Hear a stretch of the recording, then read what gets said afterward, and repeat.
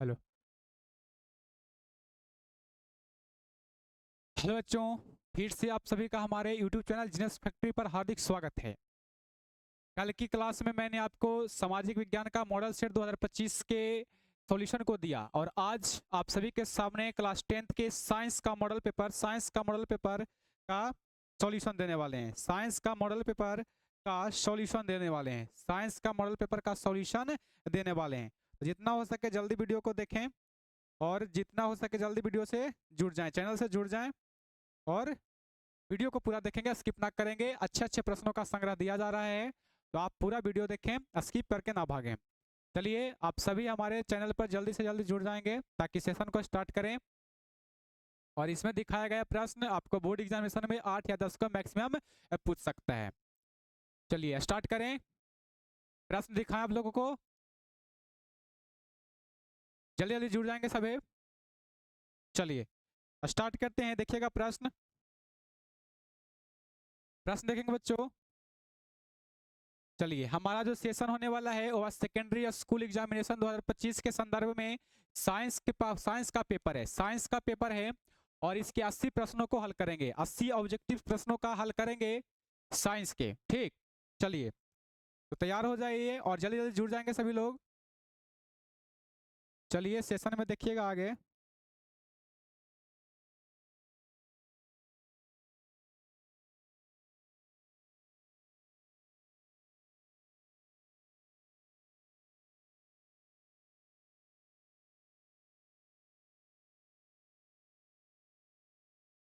चलिए देखिए बच्चों, कल भी मैंने बताया था आप लोगों को कि सामाजिक विज्ञान और साइंस में 80 प्रश्न होते हैं, जिसमें आपको 40 प्रश्नों का उत्तर देना होता है। सामाजिक विज्ञान और साइंस में 80 प्रश्न होते हैं। 40 प्रश्नों को आपको ओएमआर शीट में भरना होता है। और कितने नंबर का होता है बच्चों? तो 40 नंबर का। प्रत्येक प्रश्न एक एक नंबर का, 40 ऑब्जेक्टिव आप लोगों को ओएमआर शीट में भरना होता है। ठीक, तो चलिए देखते हैं प्रश्न की ओर। चलिए, सबसे प्यारा प्रश्न आप सभी के सामने रहा कि किसी प्रकाश स्रोत के सामने कहने का अर्थ हुआ बच्चों, यदि हम देखिए समझिएगा आप लोग, यह एक टॉर्च है। ठीक, यह एक टॉर्च है। ठीक, और इससे प्रकाश की किरणें निकल रही है। इससे प्रकाश की किरणें निकल रही है। आप लोग को पता होगा कि प्रकाश की किरणें हमेशा सीधी रेखा में गमन करती है, तो इससे प्रकाश की किरणें निकल रही है। और बीच में एक कोई बड़ा सा वस्तु रख दें। ठीक, बड़ा सा कोई वस्तु रख दें, ठीक ना। तो इसका पीछे क्या बनेगा बच्चों? इसका पीछे जो बनेगा बच्चों, वो वह छाया बनेगा। क्या बनेगा बच्चों? छाया बनेगा। छाया या तो प्रतिबिंब बनेगा, ठीक ना। छाया को ही प्रतिबिंब कहते हैं। ठीक, तो किसी प्रकाश स्रोत से निकली जब प्रकाश की किरणों के बीच में कोई वस्तु जब आ जाए या तो कोई बाधा जब आ जाए, तो उसका क्या बनता है बच्चों? तो छाया बनता है। तो इसका जो पहला का आंसर जो होगा बच्चों, वो आ जाएगा ऑप्शन नंबर ए, छाया। पहला का आंसर हो जाएगा ऑप्शन नंबर ए, छाया। चलिए आगे बढ़ते हैं। देखिएगा, समतल दर्पण की फोकस दूरी। समतल दर्पण की फोकस दूरी क्या होती है? समतल दर्पण की फोकस दूरी क्या होती है बच्चों?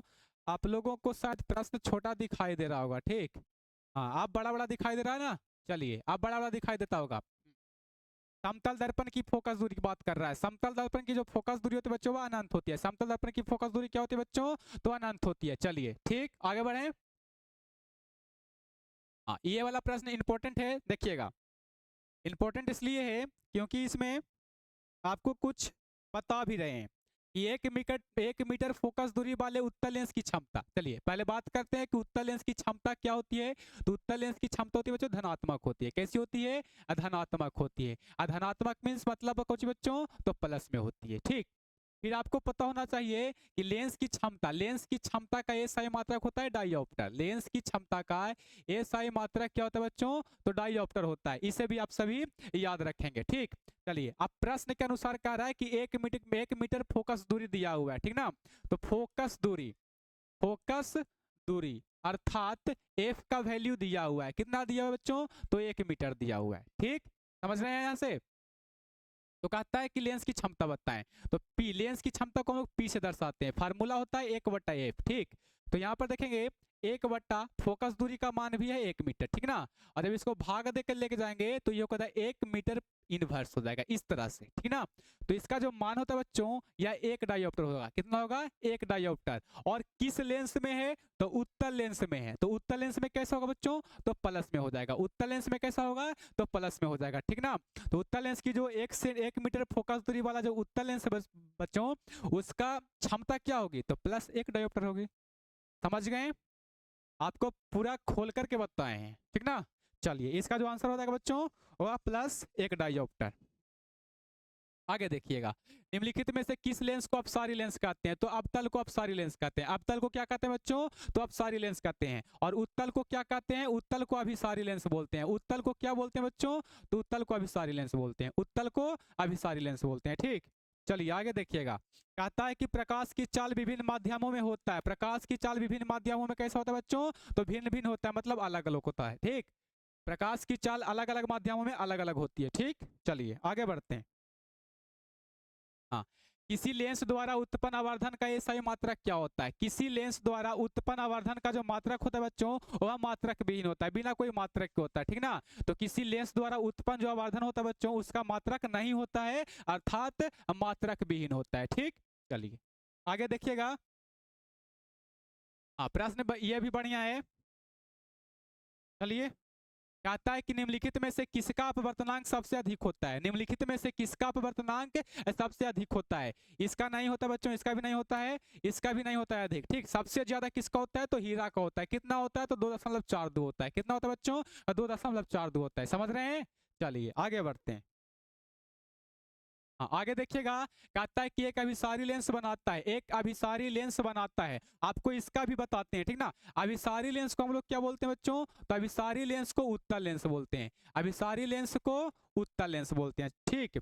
अभिसारी लेंस को उत्तल लेंस बोलते हैं। और उत्तल लेंस में वास्तविक प्रतिबिंब भी बनता है, कभी कभी वास्तविक भी बनता है, कभी कभी आभासी भी बनता है, कभी कभी छोटा भी बनता है, कभी कभी बड़ा भी बनता है, कभी कभी सीधा भी बनता है, और कभी कभी उल्टा भी बनता है, ठीक ना। उल्टा उल्टा भी बनता है, समझ गए। उत्तल लेंस में जो प्रतिबिंब की जो प्रकृति होती है बच्चों, वास्तविक होता है, आभासी होता है, ठीक। छोटा भी बनता है, बड़ा भी बनता है, सीधा भी बनता है, उल्टा भी बनता है। तो इसका जो सही आंसर हो जाएगा वह है ऑप्शन नंबर सी, कभी आभासी और कभी वास्तविक। चलिए आगे बढ़ते हैं, समझ में आ रहा है? ठीक। आगे देखिएगा कि आकाश का नीला रंग होना किस परिघटना का परिणाम है? आकाश का नीला रंग दिखाई देना बच्चों प्रकाश के प्रकीर्णन के कारण होता है। प्रकाश के प्रकीर्णन के कारण होता है। चलिए, इसका सही आंसर हो जाएगा ऑप्शन नंबर बी, ठीक। आगे देखिएगा, प्रकाश का प्राथमिक वर्ण कौन सा है? प्रकाश का प्राथमिक वर्ण कौन सा है? प्राथमिक वर्ण के बारे में चर्चा करें बच्चों, तो एक ट्रिक आप लोग याद रखिएगा, RBG। एक ट्रिक आप लोग याद रखिएगा, RBG, ठीक। चलिए, RBG इसका मतलब हुआ बच्चों, देखिएगा समझिएगा आप लोग।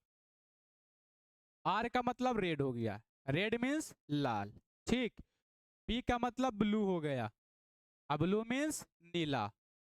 और G का मतलब ग्रीन हो गया, और ग्रीन बोले तो हरा, ठीक ना। तो आपका प्रश्न कह रहा है कि प्रकाश का प्राथमिक वर्ण कौन सा है? तो कौन सा होगा बच्चों? लाल हो जाएगा। प्रकाश का प्राथमिक वर्ण कौन सा है? तो लाल हो जाएगा, ठीक ना। सबसे प्राथमिक, ना कि द्वितीयक और तृतीयक पूछ रहा है। यदि द्वितीयक पूछता तो ब्लू, तृतीयक पूछता तो ग्रीन, ठीक। समझ रहे हैं बात को? चलिए आगे बढ़ते हैं। कहता है कि बृहत संख्या में प्रकाश सुग्राही कोशिकाएं कहाँ होती है?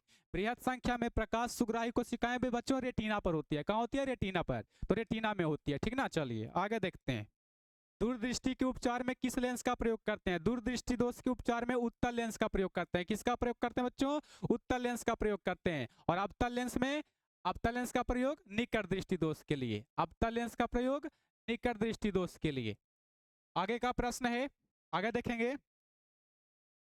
मानव नेत्र के लिए दृष्टि का स्थायित्व कितना होता है बच्चों? तो मानव नेत्र के लिए दृष्टि का स्थायित्व होता है 1/16 सेकंड। कितना होता है? 1/16 सेकंड होता है। समझ रहे हैं? चलिए आगे देखिएगा, निम्नलिखित में से कौन सा मात्रक वाट के बराबर होता है? निम्नलिखित में से कौन सा मात्रक वाट के बराबर होता है? इसका आंसर आप लोग जानते ही होंगे। कौन सा मात्रक वाट के बराबर होता है बच्चों? तो जूल प्रति सेकंड होता है वाट के बराबर। जूल प्रति सेकंड वाट के बराबर होता है, ठीक। चलिए बहुत बढ़िया बहुत बढ़िया। वाट के बराबर कौन? तो जूल प्रति सेकेंड। ठीक, चलिए आगे देखिएगा। कहता है कि 1 किलोवाट घंटा बराबर कितना होता है? 1 किलोवाट घंटा में, इसको देखिए दो तरीका से हम लोग याद करेंगे, ठीक है, दो तरीका से। तो 1 किलोवाट घंटा का जो कभी कभी प्रश्न आता है वो पूछता है जूल में, तो जूल में इसका मान याद रखिएगा 3.6 गुना 10 के पावर 6 जूल, ठीक ना, इसका मान होता है जूल में। ठीक, तो 1 किलोवाट घंटा का मान होता है बच्चों 3.6 गुना 10 के पावर 6 जूल। लेकिन मात्रक यहाँ पर जो लगा हुआ है बच्चों ऑप्शन में, यूनिट में लगा हुआ है, तो यहाँ पर हो जाएगा 1 यूनिट। ठीक, इसका सही आंसर 1 यूनिट। अगला प्रश्न है, विद्युत शक्ति का एसआई मात्रक क्या होता है? विद्युत शक्ति का एसआई मात्रक जो होता है वह होता है वाट होता है। विद्युत शक्ति का एसआई मात्रक वाट होता है। न्यूटन किसका मात्रक होता है? तो न्यूटन बल का मात्रक होता है, न्यूटन बल का मात्रक होता है। जूल जो मात्रक होता है वह ऊर्जा या कार्य का होता है, जूल मात्रक होता है ऊर्जा या कार्य का। चलिए आगे देखेंगे।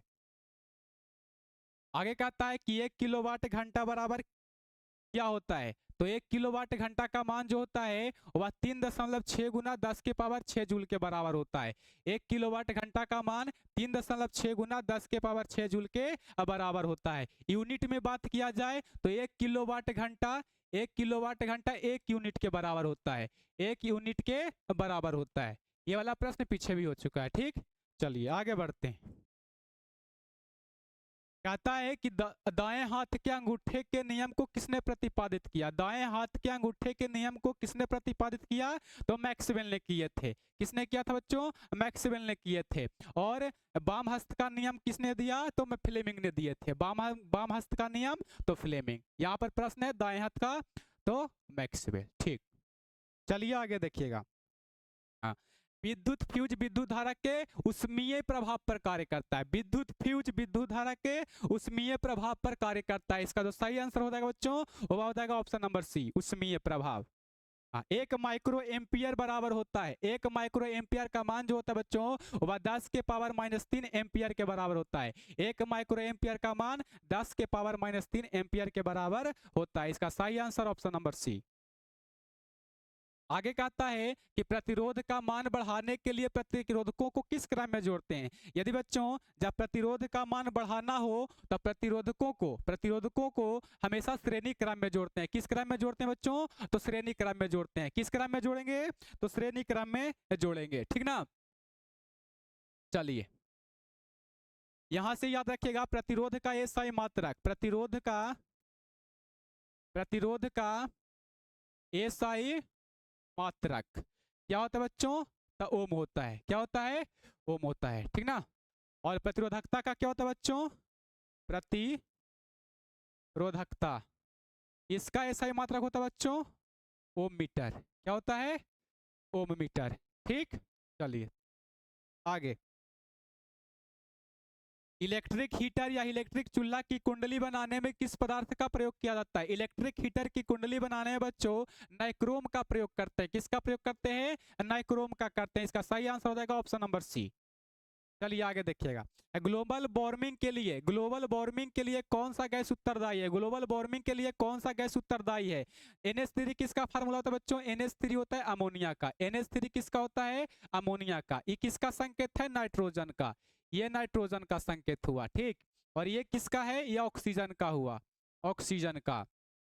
और ये जो गैस होता है वो ग्लोबल वार्मिंग के लिए उत्तरदायी गैस है। CO2 ग्लोबल वार्मिंग के लिए उत्तरदायी गैस है, ठीक। चलिए आगे देखिएगा। कहता है कि इनमें से कौन जीवाश्म ईंधन है? इनमें से कौन जीवाश्म ईंधन है? जीवाश्म ईंधन कहने का मतलब कि हजारों लाखों वर्ष पहले जो पृथ्वी के अंदर जो दबकर जो निर्माण हुआ है बच्चों उसी को बोलते हैं जीवाश्म ईंधन, ठीक ना। तो पेट्रोलियम, प्राकृतिक गैस और कोयला, ये तीनों के तीनों क्या है बच्चों? तो जीवाश्म ईंधन के उदाहरण है, ठीक ना। इसका सही आंसर हो जाएगा ऑप्शन नंबर डी। ठीक, इसका सही ऑप्शन नंबर डी। बात समझ रहे हैं? चलिए आगे बढ़ते हैं। आगे देखिएगा।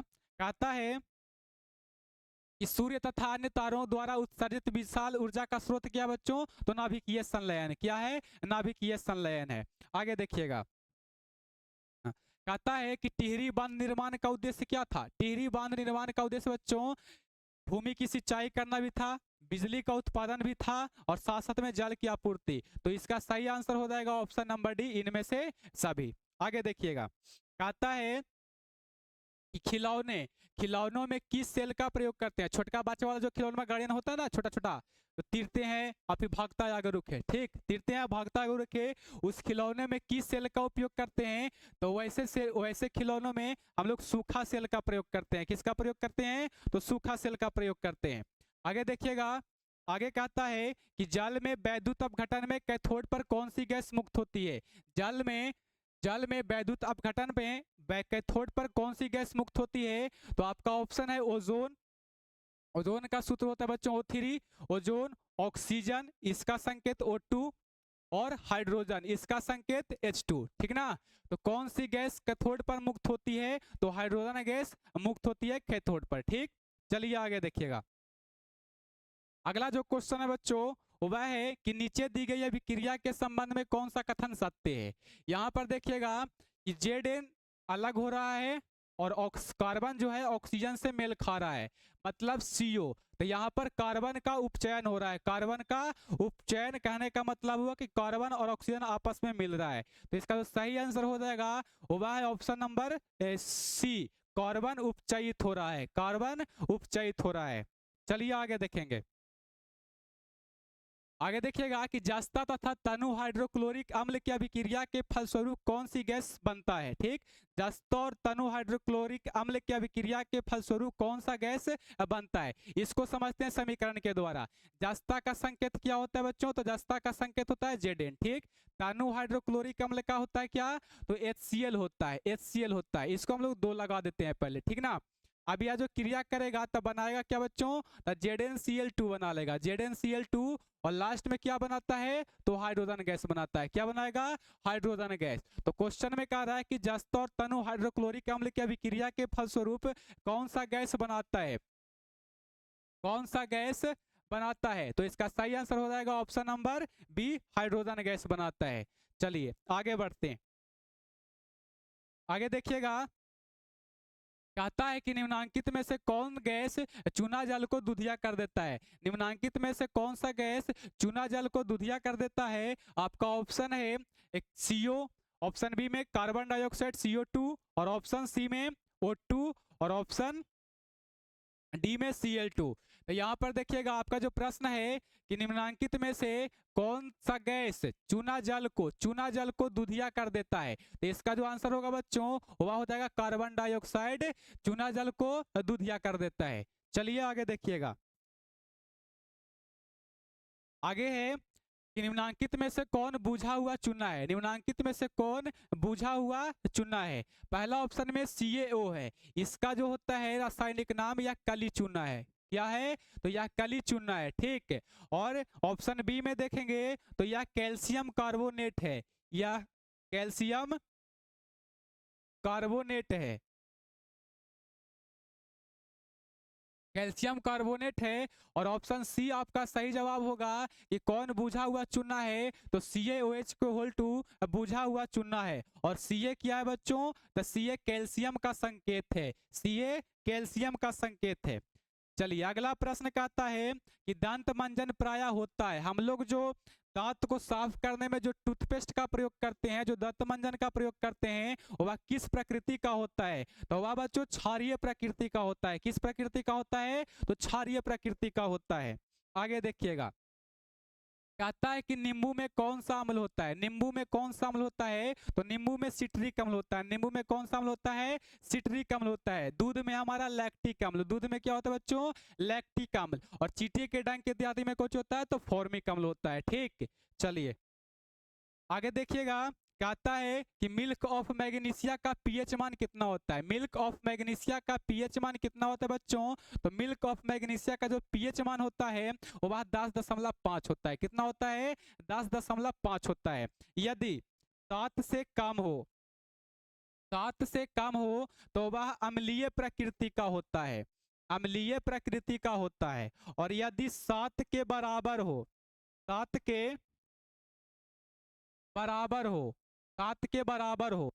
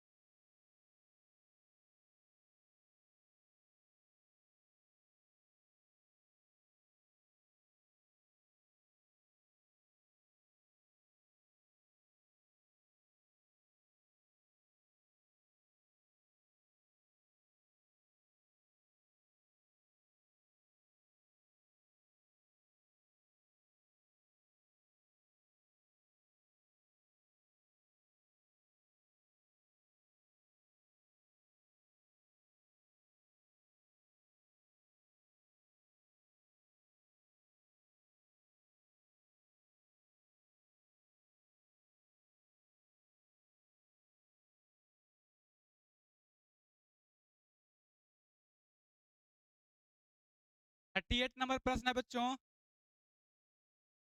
निम्नलिखित में से कौन आयनिक यौगिक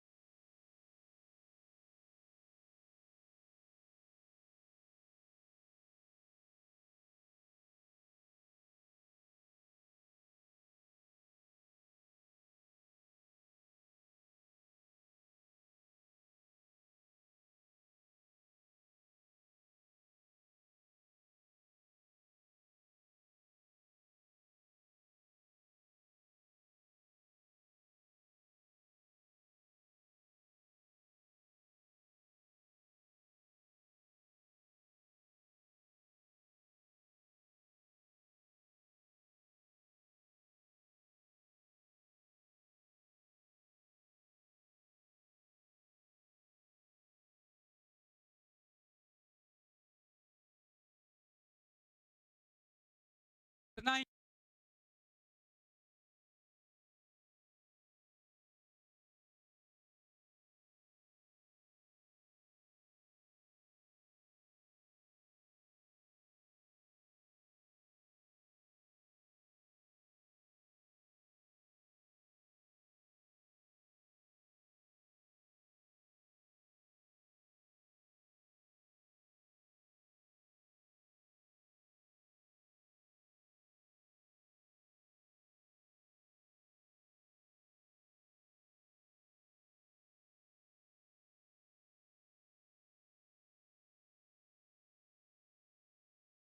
हो जाएगा यहाँ पे 45 का सही आंसर ऑप्शन नंबर सी।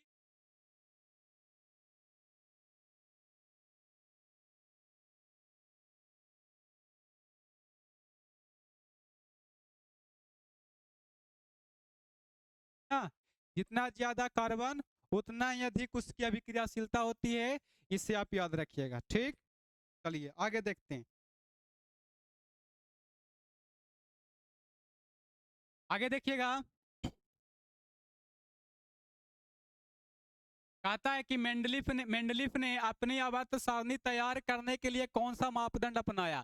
तो मेंडलीफ जो आवर्त सारणी बना रहा था बच्चों, उसने परमाणु द्रव्यमान को अपनाया था, परमाणु द्रव्यमान को अपनाया था, इसे याद रखिएगा। चलिए आगे कहता है कि निम्नलिखित में से कौन क्षार धातु नहीं है। निम्नलिखित में से कौन क्षार धातु नहीं है। सोडियम है, लिथियम है, रुबिडियम है। सोडियम, लिथियम और रुबिडियम तो है क्षार धातु, लेकिन आपका मैग्नीशियम क्षार धातु में नहीं आता है। ठीक, मैग्नीशियम क्षार धातु में नहीं आता है। सोडियम क्षार धातु में है, लिथियम क्षार धातु में है और आपका रुबिडियम भी क्षार धातु में है, लेकिन मैग्नीशियम क्षार धातु में नहीं होता है। चलिए आगे देखिएगा। आगे कहता है कि निम्नलिखित में से कौन हैलोजन समूह का सदस्य है? निम्नलिखित में से कौन हैलोजन समूह का सदस्य है? ऑप्शन नंबर ए में बेरियम है, ऑप्शन नंबर बी में बोरॉन है, ऑप्शन नंबर सी में ब्रोमीन है और ऑप्शन नंबर डी में बेरिलियम है। तो निम्नलिखित में से कौन हैलोजन समूह का सदस्य बच्चों? तो वह ब्रोमीन है।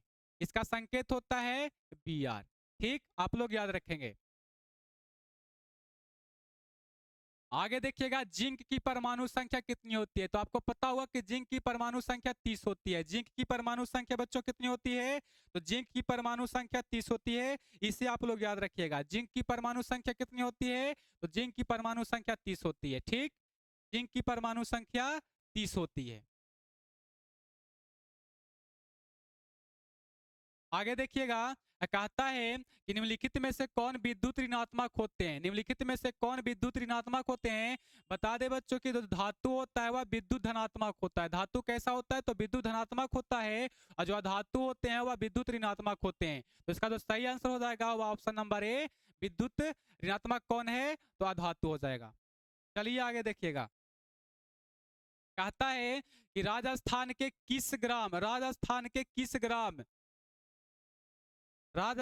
किस ग्राम में चिपको आंदोलन के क्रम में महिलाओं ने जाने दी थी? ये वाला प्रश्न बहुत अंदर से दिया हुआ है, ठीक ना। राजस्थान के किस ग्राम में चिपको आंदोलन के क्रम में महिलाओं ने जाने दी थी? तो इसका जो आंसर हो जाएगा वह हो जाएगा रेनी। इसका आंसर रेनी। चलिए आगे देखते हैं। कहता है कि निम्नलिखित में से किसके कारण पर्यावरण में संतुलन बिगड़ जाता है? निम्नलिखित में से किसके कारण पर्यावरण में संतुलन बिगड़ जाता है? ठीक, आपका जो ऑप्शन ए में है वनारोपण। कहने का मतलब हुआ कि अधिक वन लगाएंगे तो पर्यावरण संतुलन बिगड़ेगा।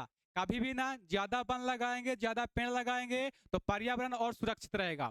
दूसरा है बढ़ती मानव जनसंख्या। ये वाला हो सकता है, क्योंकि मानव की जनसंख्या जितना बढ़ेगी, जितना जनसंख्या अधिक होगा, उतना ही पेड़ पौधों को काटेंगे और अपने लिए खेत बनाएंगे और खेत बनाने के दरमियान अपने लिए खाना को उपजाएंगे, ठीक ना।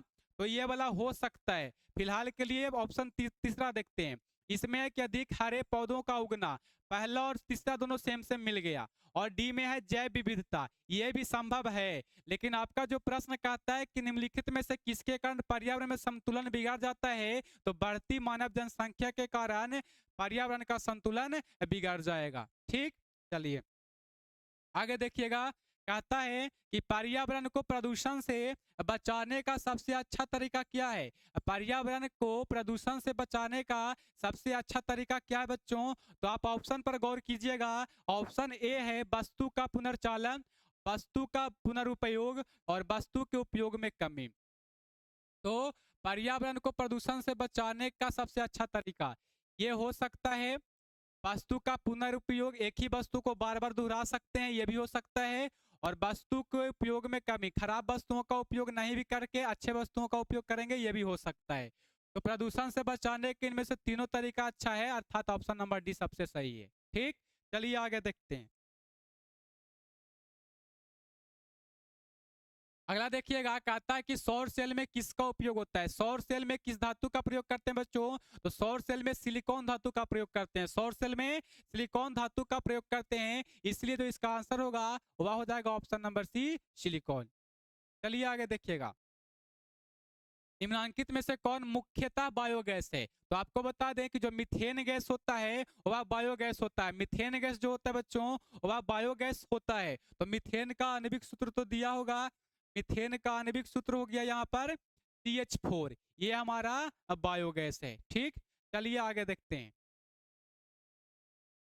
ये किसका फार्मूला है बच्चों? ये फार्मूला देखिए आप लोग, ये जो फार्मूला होगा आप लोग पढ़े होंगे एल्केन समूह, उसमें होता है CnH 2n+2 होता है। यहाँ पर कार्बन की मात्रा कितनी है? तो 2 है, तो 2 हो गया। ठीक, और यहाँ पर हाइड्रोजन है 2, फिर 2 रख दिए n के जगह पर, फिर 2 हो गया। तो C2H, 2 दूनी का 4 और 2 6, अर्थात कार्बन कितना है? तो 2 कार्बन है। 2 कार्बन का नाम क्या होता है बच्चों? तो एथ होता है। 2 कार्बन का नाम होता है एथ होता है, ठीक ना। और एन प्रत्यय लगाते हैं तो एन हो जाएगा, अर्थात इसका जो सूत्र होगा, ये जो सूत्र किसका है तो एथेन का है, ठीक ना। इसमें देखिएगा तो 4n के जगह पर फिर 4 दूनी का 8 दू 10, अर्थात ये ब्यूटेन का सूत्र है। ये किसका सूत्र है बच्चों, ब्यूटेन का सूत्र है। और ये तो आप जानबे करते होंगे, ये हो जाएगा मीथेन का सूत्र, ठीक ना। तो बायोगैस कौन सा है बच्चों, तो बायोगैस आपका मीथेन होगा। चलिए आगे देखते हैं। कहता है कि मनुष्य के दांत की सबसे ऊपरी परत को क्या कहते हैं, मनुष्य की दांत की सबसे ऊपरी परत को क्या कहते हैं। आपको पता होगा कि मनुष्य के में 4 प्रकार के दांत होते हैं, मनुष्य में 4 प्रकार के दांत होते हैं। तो मनुष्य के दांत का जो सबसे ऊपरी वाला जो परत होता है उसको हम लोग इनामेल कहते हैं। क्या कहते हैं, इनामेल कहते हैं। आगे देखिएगा, कहता है कि जठर ग्रंथियां कहाँ पाई जाती है, जठर ग्रंथियां कहाँ पाई जाती है। आपका ऑप्शन ए यकृत, ऑप्शन बी में आंख, ऑप्शन सी में अमाशय, ऑप्शन डी में अग्न्याशय। तो जो जठर ग्रंथियां होती है बच्चों वह अमाशय में पाई जाती है। और अमाशय में आपको पता होगा कि हाइड्रोक्लोरिक अम्ल होता है। अमाशय में कौन सा अम्ल होता है बच्चों, तो हाइड्रोक्लोरिक अम्ल होता है। चलिए आगे देखिएगा, आगे कहता है कि निम्नलिखित में से कौन वसा के पाचन में सहायक होता है, निम्नलिखित में से कौन वसा के पाचन में सहायक होता है, तो लाइपेज सहायक होता है बच्चों, इसे याद रखिएगा। आगे देखिएगा कि पीत रस का रंग कैसा होता है, जो हमारे शरीर में जो पीत है बच्चों तो उसमें जो रस पाया जाता है वह कैसा होता है, तो पीत रस का रंग सामान्यतः हरा होता है। कैसा होता है, सामान्यतः हरा होता है। और जो पीला होता है बच्चों वह प्लाज्मा होता है। प्लाज्मा किस रंग का होता है, सामान्यतः पीला रंग का होता है। आपका प्रश्न था पीत रस का रंग कैसा होता है, तो हरा होता है, ठीक। चलिए आगे देखिएगा, कहता है कि पौधों में श्वसन होता है। तो बच्चों पौधों में श्वसन तना से भी हो सकता है, पत्तियों से भी हो सकता है, जड़ से भी हो सकता है। तो आपका ऑप्शन नंबर डी ये वाला सही है, ठीक ना। ऑप्शन नंबर डी इनमें से सभी। आगे देखिएगा, कहता है कि हरे पौधे रात्रि में किस गैस का निष्कासन करते हैं, हरे पौधे रात्रि में किस गैस का निष्कासन करते हैं। जब बच्चों दिन की बात करें तो दिन में पेड़ पौधे ऑक्सीजन गैस को छोड़ते हैं ताकि हम लोग लें, और वातावरण से कार्बन डाइऑक्साइड गैस को लेते हैं। लेकिन रात के समय में उल्टा होता है। रात के समय में हरे पौधे किस गैस का निष्कासन करते हैं, तो CO2 गैस का निष्कासन करते हैं। इसलिए बोला जाता है कि रात्रि के समय में पेड़ के नीचे नहीं सोना चाहिए, ठीक ना, उससे व्यक्ति की मौत भी हो सकती है, ठीक। इस बात को आप लोग ध्यान देंगे। चलिए आगे देखिएगा, कहता है कि किण्वन के फलस्वरूप कितने ATP का निर्माण होता है, किण्वन के फलस्वरूप कितने ATP का निर्माण होता है बच्चों, तो 2 ATP का निर्माण होता है। कितने ATP का निर्माण होगा, तो 2 ATP का। और वायवीय श्वसन में जो हम लोग करते हैं, वायवीय श्वसन में 38 ATP का मुक्त होता है, 38 ATP का निर्माण होता है या मुक्त होता है, ठीक। इस बात को याद रखिएगा। आगे देखिएगा, कहता है कि सामान्यतः डायस्टोलिक रक्तदाब क्या होता है, एक होता है सिस्टोलिक और एक होता है डायस्टोलिक। डायस्टोलिक की बात किया है तो 80 और सिस्टोलिक की बात करता तो 120, ठीक ना। तो यहाँ पर आपका प्रश्न है डायस्टोलिक तो 80, ठीक, इसे आप याद रखिएगा।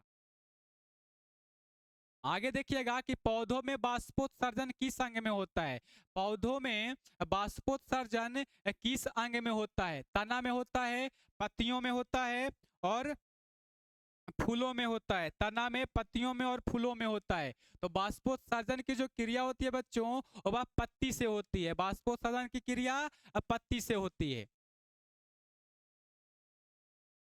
आगे देखिएगा, अस्थि क्या है, कहता है अस्थि क्या है, अस्थि मीन्स हड्डी क्या है। तो अस्थि जो है बच्चों वह एक प्रकार का उत्तक है। अस्थि क्या है, एक प्रकार का उत्तक है। अस्थि हमारा क्या है बच्चों, तो उत्तक है, ठीक। चलिए आगे देखिएगा, पादप में अपशिष्ट संचित रहते हैं, मतलब हुआ कहने का कि जो पादप में पेड़ पौधे में जो खराब पदार्थ निकलते हैं वह संचित कहाँ पर हो जाते हैं, तो देखिए ऑप्शन पहला छालों में भी हो जाते हैं, कभी कभी पत्तियों में भी देखिएगा तो हो जाते हैं, और कोशिकाएं रिक्तिकाओं में भी होते हैं। इसका जो सही आंसर हो जाएगा वह है ऑप्शन नंबर डी। आगे देखिएगा, कहता है कि वृक्क के संरचनात्मक एवं क्रियात्मक इकाई को क्या कहते हैं।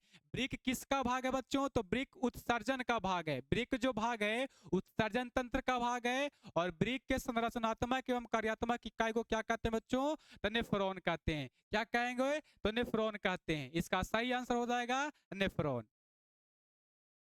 आगे देखिएगा, पौधे के उत्सर्जी पदार्थ हैं। पौधे में जो उत्सर्जी पदार्थ होते हैं बच्चों, टैनिन होता है, गोंद होता है, रेजिन भी होता है। अर्थात इसका जो सही आंसर हो जाएगा वह है option number D is the correct answer.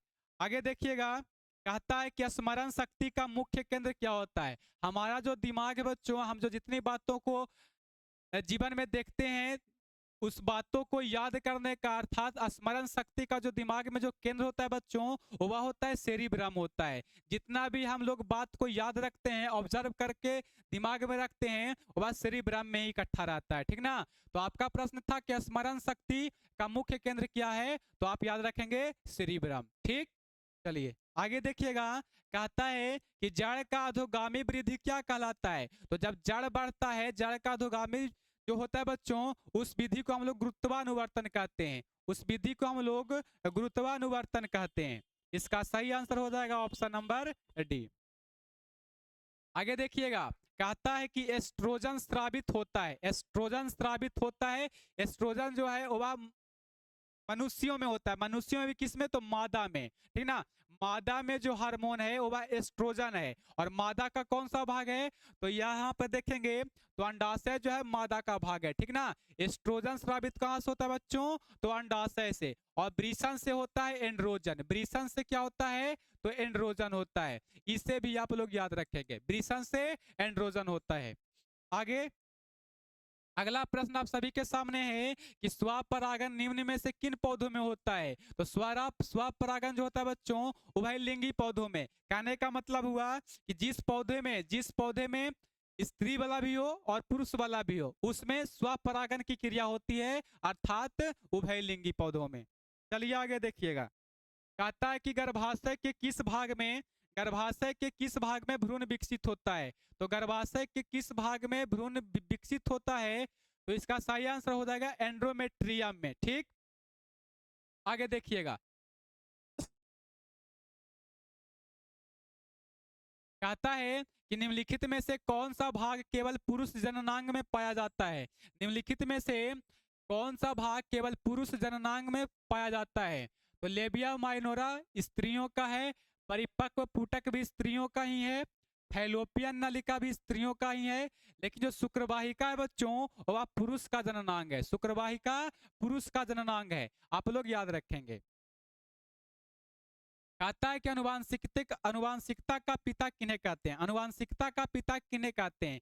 बच्चों बता दें कि अनुवांशिकता का पिता हम लोग ग्रेगर जॉन मेंडल को कहते हैं। ग्रेगर जॉन मेंडल को कहते हैं। और यह एक पादरी थे। क्या थे, पादरी थे। ठीक ना। ग्रेगर जॉन मेंडल एक पादरी थे, ऑस्ट्रिया के थे। ठीक, ऑस्ट्रिया के रहने वाले थे। और इन्होंने मटर के पौधे पर इसका सही आंसर हो जाएगा ग्रेगर जॉन मेंडल। और मटर के पौधे पर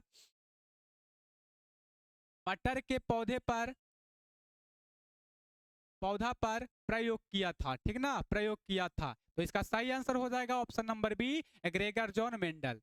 चलिए आगे देखिएगा, आगे कहता है कि मेंडल किस देश में ईसाइयों के एक मठ के पादरी थे। अभी बोले कि जो मेंडल थे बच्चों, वो ऑस्ट्रिया में एक ईसाई धर्म के थे। ठीक ना, ऑस्ट्रिया में ईसाई धर्म के थे। जिस तरह से हिंदू धर्म में पुजारी ये सब होते हैं, उसी तरह से ईसाई में पादरी होते हैं। ठीक ना।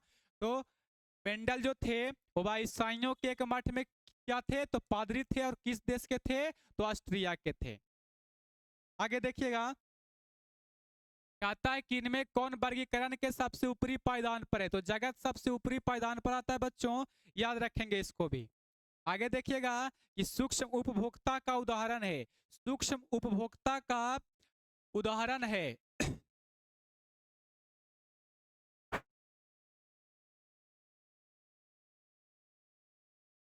इसका जो आंसर होगा बच्चों, वह हो जाएगा जीवाणु और कवक दोनों। ऑप्शन नंबर डी इसका सही आंसर हो जाएगा। आगे देखिएगा, कहता है कि मांसाहारी जीवों को कहा जाता है। मांसाहारी जीवों को कहा जाता है। आप लोग इस तरह से समझिएगा, एक घास को ले लेते हैं। ठीक, घास को कौन खाएगा, तो घास को खाएगा, हिरन खाएगा, ठीक ना, हिरन खाएगा। और हिरन को कौन खाएगा बच्चों? तो हिरन को खा लेगा, बाघ खा लेगा, ठीक, इस तरह से, ठीक ना। तो हम लोग ये सब जो हो गया, ये प्राथमिक उपभोक्ता है, ये प्राथमिक उपभोक्ता है, ठीक ना, प्राथमिक उपभोक्ता। और जो दूसरा बार में आता है इसको बोलते हैं द्वितीयक उपभोक्ता, द्वितीयक उपभोक्ता, ठीक ना। और इसके बाद जितना भी आता रहेगा वो सब द्वितीयक तृतीयक में विभाजित होते रहेगा, ठीक।